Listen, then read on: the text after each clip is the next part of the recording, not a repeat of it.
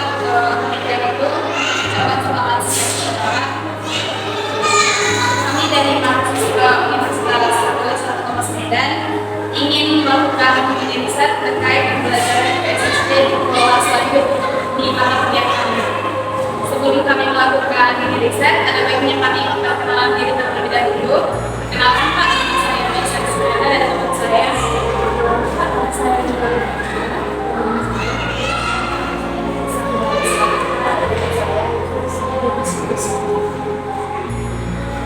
Setelah kami memperkenalkan diri, kami juga ingin bertanya dari Bapak terkait kenalan diri Bapak agar dapat kenal Bapak untuk melaksanakan nama saya Agus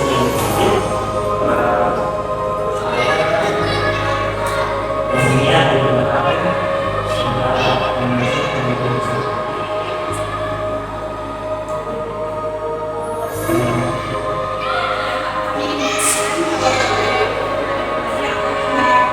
gimana Bapak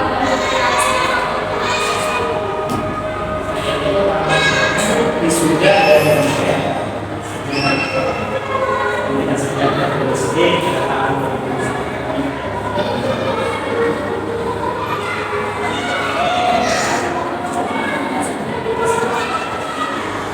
selama 2,5 tahun ini saya bekerja dua hal pertama saya dengan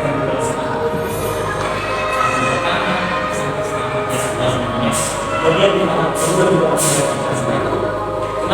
kemarin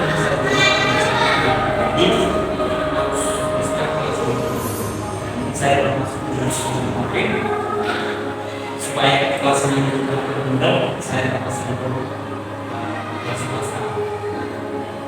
Baik Pak, terima kasih atas perkenalannya. Kami akan melanjutkan wawancara kami, tapi sebelum itu kami akan bertanya mengenai profil dari sekolah ini Pak. Sekolah kali ini sekolah swasta berhasil sustain ya. Jadi sekarang sekolah ini menerapkan kurikulum mereka. Jadi pada tahun pertama itu kurikulum mereka yang diterapkan di sekolah ini masih bertahap. Itu kelas 1 dan kelas 5. Jadi kelas 4, kelas 5 kelas 1 dan 3. Kemudian di kelas tingginya di kelas 4 ya. Kemudian di tahun kedua di kelas 2 dan kelas 5. Dan sekarang di tahun ketiga kelas 3 dan kelas 5. Jadi secara umum sudah menjadi jadi awal masih belum semua masih hanya 2 kelas. Sekarang sudah seluruh sekolah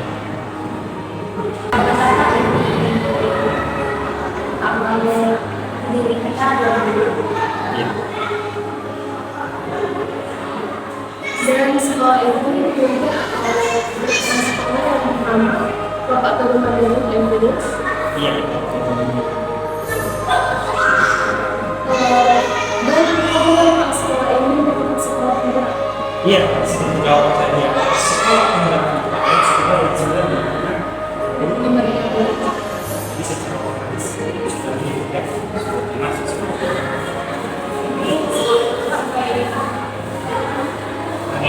Jadi ini sekarang tahun tidak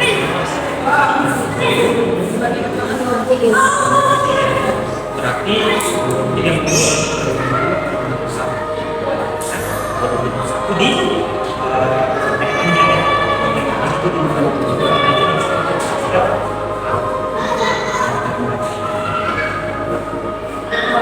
Oke baik Pak, kami akan melanjutkan wawancara kami. Kami ada beberapa pertanyaan Bapak terkait pembelajaran IPS.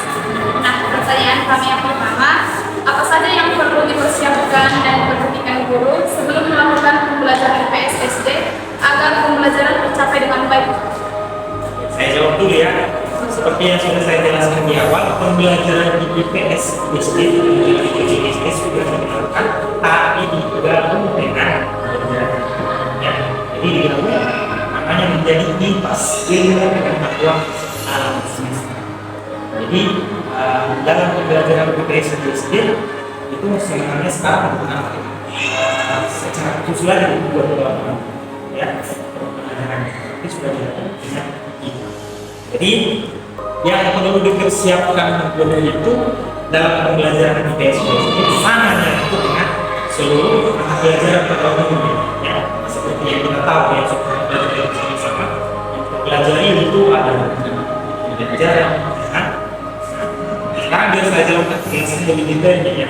Kalau di kurikulum 2013, mungkin kalian pernah SMA atau SMP belajar,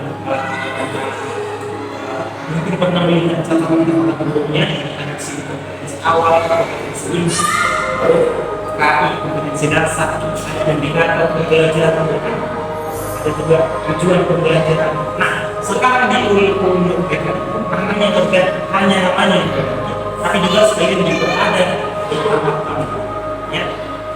Kalau itu kalau di kurikulum 2013 mereka sebelum mulai mengajar, kami tidak akan mulai mengajar sebelum mempersiapkan yang pertama kompetensi inti ya kalau dalam kurikulum 2013.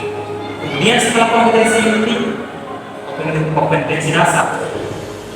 Kemudian setelah kompetensi dasar ada indikator pembelajaran.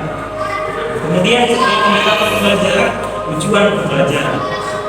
Setelah tujuan pembelajaran ada lagi pendekatan pembelajaran. Ya, pendekatan pembelajaran ini model, metode, kemudian masuklah ke langkah kemudian. Ya, awal, tahap inti dan tahap kemudian.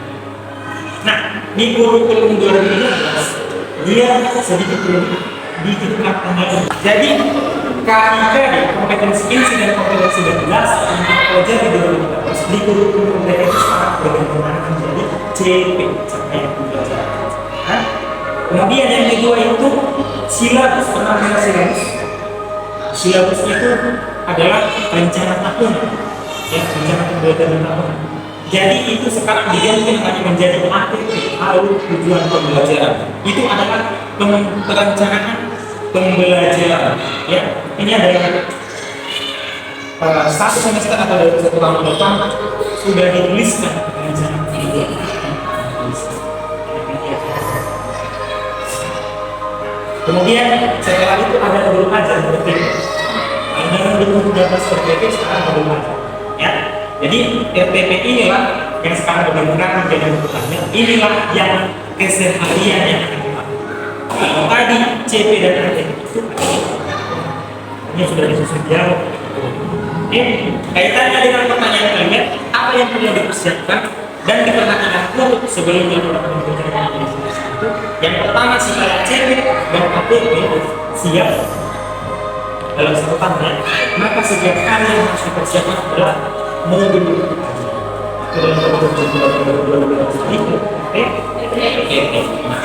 disinilah yang akan dipersiapkan untuk supaya berjalan tercapainya tujuan pembelajaran ya. Jadi dalam kelas itu harus ada tujuan pembelajaran. Bagaimana caranya? Maka disusunlah rencana pembelajaran sama dengan kurikulum 2013 yang pertama. Rencana awal, kegiatan awal, ada kegiatan inti, ada kegiatan tujuan ya. Kemudian apa perbedaannya lagi dengan kurikulum 2013? Di kurikulum 2013 ini ditanamkan juga ketiga, apa itu profil pelajar ya. Kemudian selanjutnya ada KKTP. KKTP ini adalah kriteria dan capaian tujuan pembelajaran. Kalau dalam kurikulum 2013 itu adalah KKP, nilai yang harus dicapai ya. Semuanya harus dipersiapkan. Jadi hanya langsung mengajar, ya kan, langsung mengajar sampai nanti begitu sekarang. Kemudian setelah itu ada lagi pendekatan dalam kurikulum 2013. Saya jelaskan tadi ada pendekatan. Nah, di sini juga ada teaching and guidance, pendekatan pengajaran. Nah, jadi pendekatan pengajaran yang akan kamu ajarkan, materi yang akan sampaikan kepada anak-anak itu harus menggunakan pendekatan. Kemudian yang terakhir setelah itu media pembelajaran. Itulah yang kita sebut media yang mendukung dari materi. Jadi yang perlu disiapkan secara besar adalah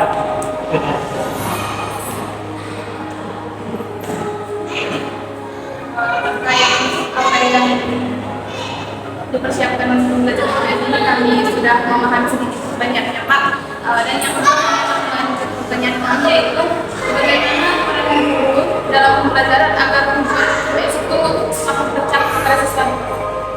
Peran guru dalam pembelajaran supaya Agar tercapai tujuan pembelajaran tadi yang sudah Bapak buat, yang sudah Bapak rancang. yang pertama itu guru itu berperan yang pertama sebagai fasilitator.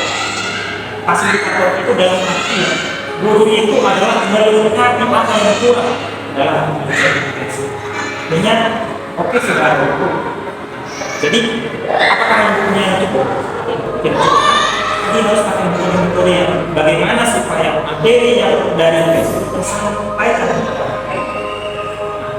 Bagaimana caranya? Boleh menggunakan beda, boleh banyak, sangat banyak ilmu belajar nah, dan itu adalah disesuaikan dengan keadaan siswa ya, nggak boleh kita paksakan. Tidak semua harus siswa itu sama dengan kurikulum. Makanya sekarang ada keunggulan daripada kurikulum mereka adalah pembelajaran berdiferensiasi.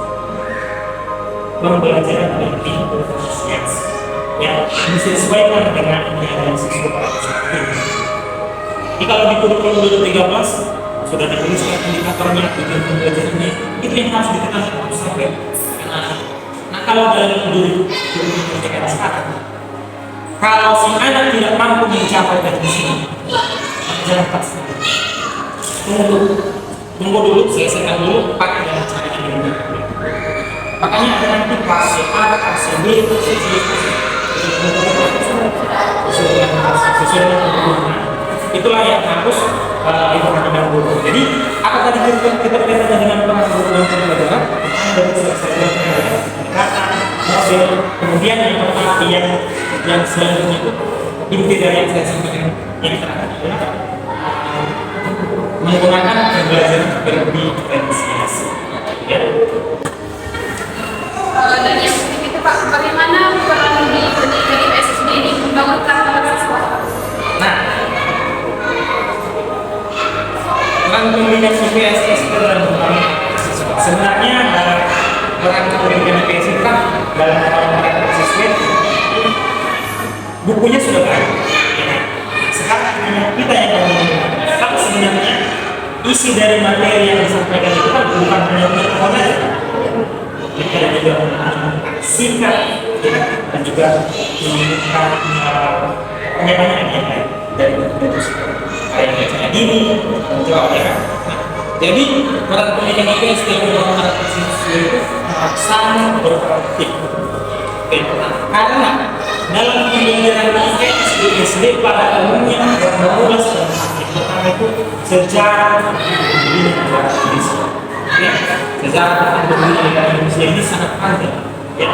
Kemudian ditulis tentang tata pemerintahan negara Indonesia. Kemudian adalah ditulis tentang peristiwa penting. Nah, jadi yang mau dibangun dalam sini pendidikan IPS terhadap siswa akan berperan membangun karakter pluralis. Pluralis ini adalah karakter yang menemukan rasa toleransi, kemudian saling menghargai dalam belajar juga harus kemudian toleransi. Bagaimana toleransi bisa muncul?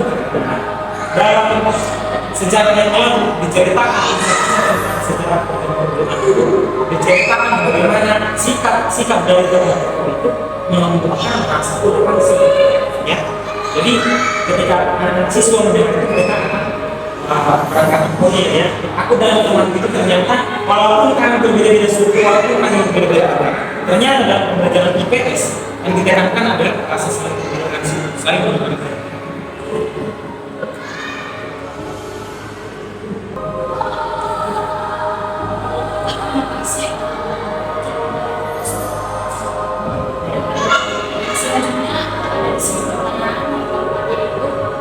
Pembelajaran apa yang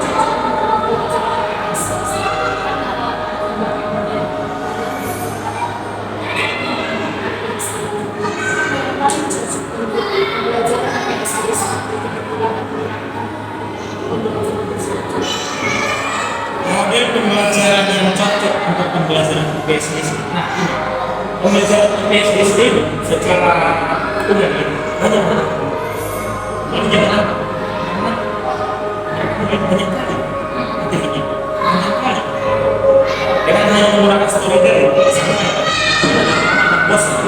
Jadi kalau kita sebagai orang yang mengajarkan aja nanti dengan materi itu mengajarkan, kira-kira apa yang kita lakukan? Kalau berpikir cepat-cepat, apa yang kita lakukan itu yang paling penting menurut saya itu adalah penggunaan materi pembelajaran interaktif. Interaktif ini adalah berbasis teknologi, ya. Memanfaatkan teknologi yang ada zaman sekarang.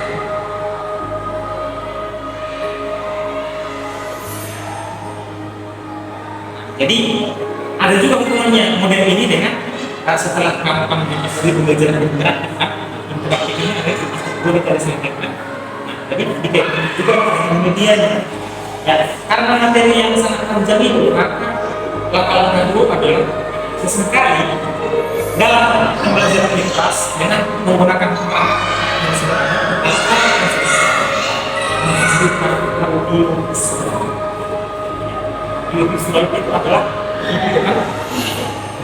jadi kalau kontennya itu tadi disampaikan tidak kita pertontonkan banyak sumbernya di YouTube, banyak tentang kisah-kisah perjuangan bangsa di beberapa tahun yang lalu, baik itu peristiwa contoh peristiwa G30 PKI, mana ada di YouTube boleh kita tampilkan itu kalau ada audio visual supaya menemukan anak-anak itu bukan hanya mendengarkan aja, mereka paham. Oh iya, ternyata mereka sampai jiwa ya, ternyata ini yang terjadi masalah, bukan hanya mendengar. Oh iya, hanya gitu aja.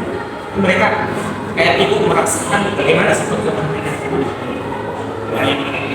menumbuhkan rasa keberanian antara kita yang hidup dengan semakin banyaknya budaya atau cara yang memanfaatkan rasa kreatifnya. Benar pembelajaran yang interaktif kita bisa mengambil media berupa audio visual. Kemudian pastinya dalam pembelajaran ada hambatan-hambatan yang sering dilalui oleh saat itu hambatan yang pernah Bapak alami dalam pembelajaran IPS SD di kelas awal. Hambatan yang dilakukan pertama kita dalam visi. Jadi setelah kita mengetahui visi itu yang menjadi menarik karena tidak semua susah, tidak semua anak memiliki pengalaman yang berbeda. Oke, kemudian setelah itu hambatan yang kedua itu tadi yang karakter yang berbeda juga. Kemudian hambatan yang selanjutnya adalah dengan kondisi sekolah yang sekarang masih minim, jadi sesuai dengan model yang dari awal, baik itu media maupun visual. Dengan sekolah yang sekarang, sekolah kurasi sistem itu kurang lebih coba beberapa kelas. Ya, dari kelas 1 sampai kelas 6 mereka ada 4 kelas masing-masing. Yang ada kelas A, kelas B. Nah, memang sudah ada disediakan media yang dipakai fokus, tapi yang disediakan tidak sebanyak tepat ya. Jadi kita itu sangat berpengaruh juga. Nah, misalnya jika yang disediakan apa? Persediaan media yang dia hambatan yang selanjutnya adalah lebih ke sekarang kenyataannya guru yang sekarang rasa apa ya, kurang mau orang itu kebanyakan. Apa ibaratnya kalau si guru ini berarti cukup ya apa yang dituliskan, tidak mau dari jadi guru yang sekarang itu pada kenyataannya susah untuk mau belajar itu, supaya gimana sebenarnya pembelajaran itu kreatif, apalagi dalam pembelajaran tulis yang notabene-nya itu mengusahakan murid. Tapi kenyataannya masih banyak yang kurang untuk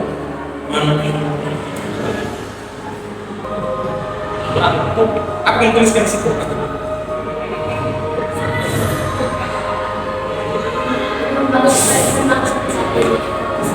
Orang mencari informasi yang ini pemaparan karena buku yang ada dan yang ada.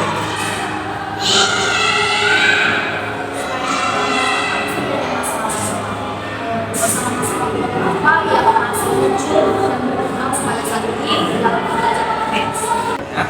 Nah, masalah-masalah global ini global yang secara umum ya, secara umum itu jadi dia mungkin jadi salah sih ada salah suku ya di Asia itu ya, secara umumnya kita udah mulai tertarik mungkin sekolah ini karena sekolah khusus Kristen ini makanya toleransinya tinggi. Kalau di sekolah yang lain mungkin sekolah negeri, saya juga berangkat posisinya ya, masih ada jangan ya, masih ada ketidaktoleransi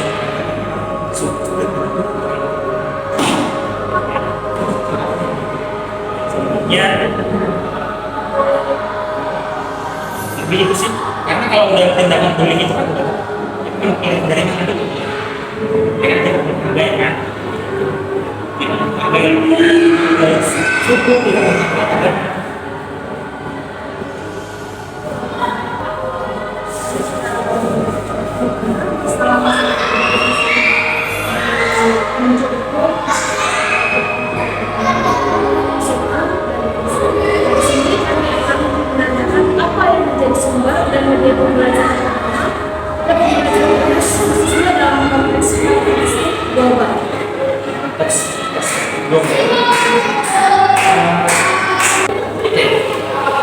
Menjadi sumber dan media pembelajaran pertama seperti yang sudah saya jelaskan di awal, memang media ada teknologi ya, media visual, ada juga yang ajar yang sangat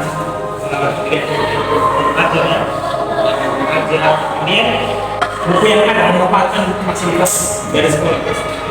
Kalau dari si gurunya untuk menambahkan yang itu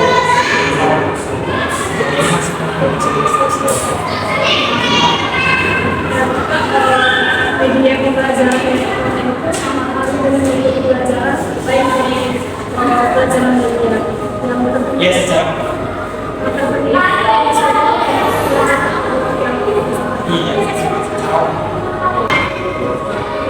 Oke baik Pak, kami mengucapkan banyak terima kasih atas jawaban-jawaban Bapak yang mana jawaban Bapak sangat menambah wawasan kami terkait dari tugas kami yaitu melakukan lini riset pembelajaran PSDPS dan melalui PSD.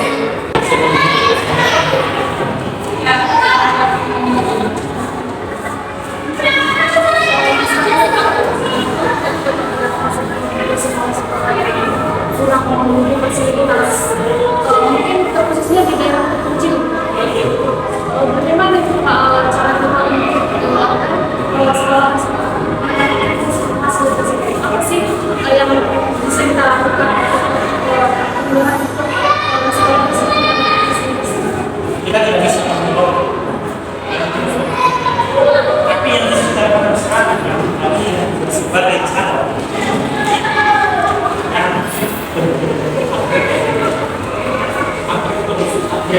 apa kekayaan yang dia miliki. Jadi dengan kekayaan yang bagian ditempatkan ke suatu tempat ini karena kita nggak bisa sekarang boleh ya, kita nggak bisa yang bisa jadi berpikir sendiri pendidikan. Maksud saya juga sekolah ini bisa berbentuk yang terbaik yang berjadilah hanya sekolah ini berbentuk. Jadi nanti suatu saat kalian udah terjun, kemudian ada yang mendidik, ada yang mendidik juga melihat bagaimana mereka yang menentukan motivasi mereka generasi demi generasi. Dan juga masih bagaimana tanggapan Bapak mengenai universitas dari yang universitas ini? Bagaimana Pak dalam Bapak juga pasti ibaratnya kan kayak masih dari hal biasa langsung terjun ke hal yang lebih biasa gitu. Otomatis kan kita harus banyak mempersiapkan diri tentunya Pak.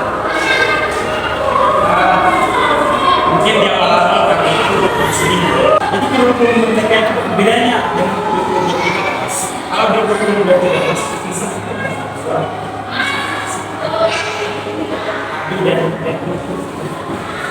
yang tiga dan yang tiga itu singkat, yang keempat itu keterampilan. Jadi kalau di kurikulum mereka itu tiga. Jadi yang lebih membuat kita tertantang di kurikulum mereka ini ternyata di kurikulum mereka ini kita ada yang pertama pembelajaran diferensiasi. Kita menyesuaikan kurikulum anak ini. Mungkin yang kedua, ternyata di kurikulum mereka ini materi-materinya begitu sederhana supaya mungkin di kurikulum masing-masing itu aspek tapi mereka untuk berpikir dalam bentuk nyata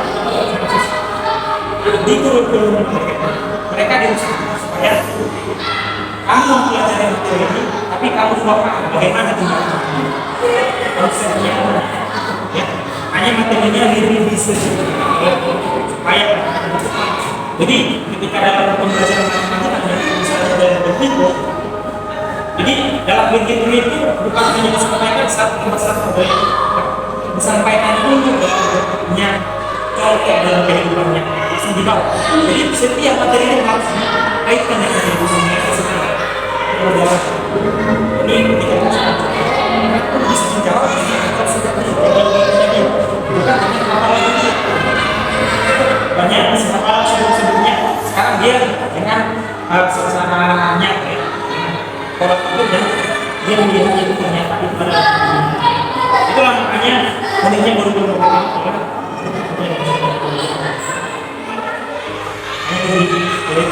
lebih dapat mungkin kalau di kurikulum dari aspek karakter membawa karakter nah di sini selain karakter si anak juga punya orientasi dia mungkin dia juga dalam kurikulum dari dapat ada nanti yang tahu kalau kurikulum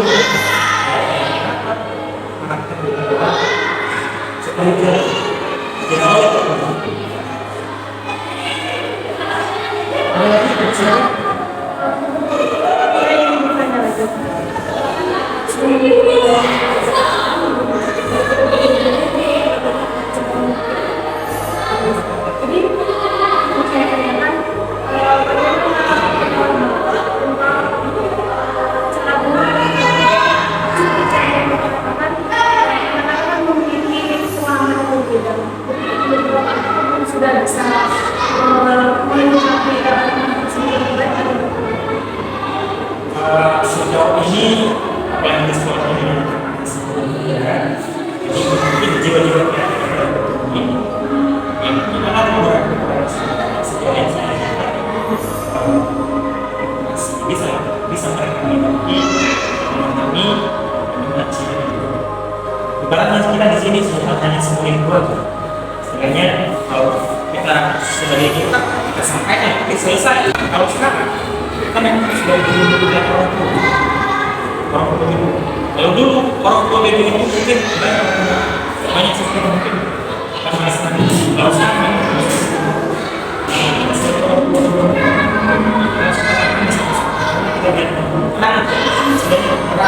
jangan sampai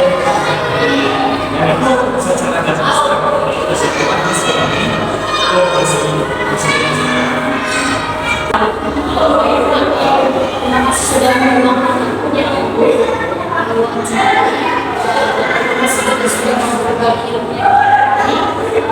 Semoga masyarakat ini terang dan kami juga akan melakukan semacam melakukan diri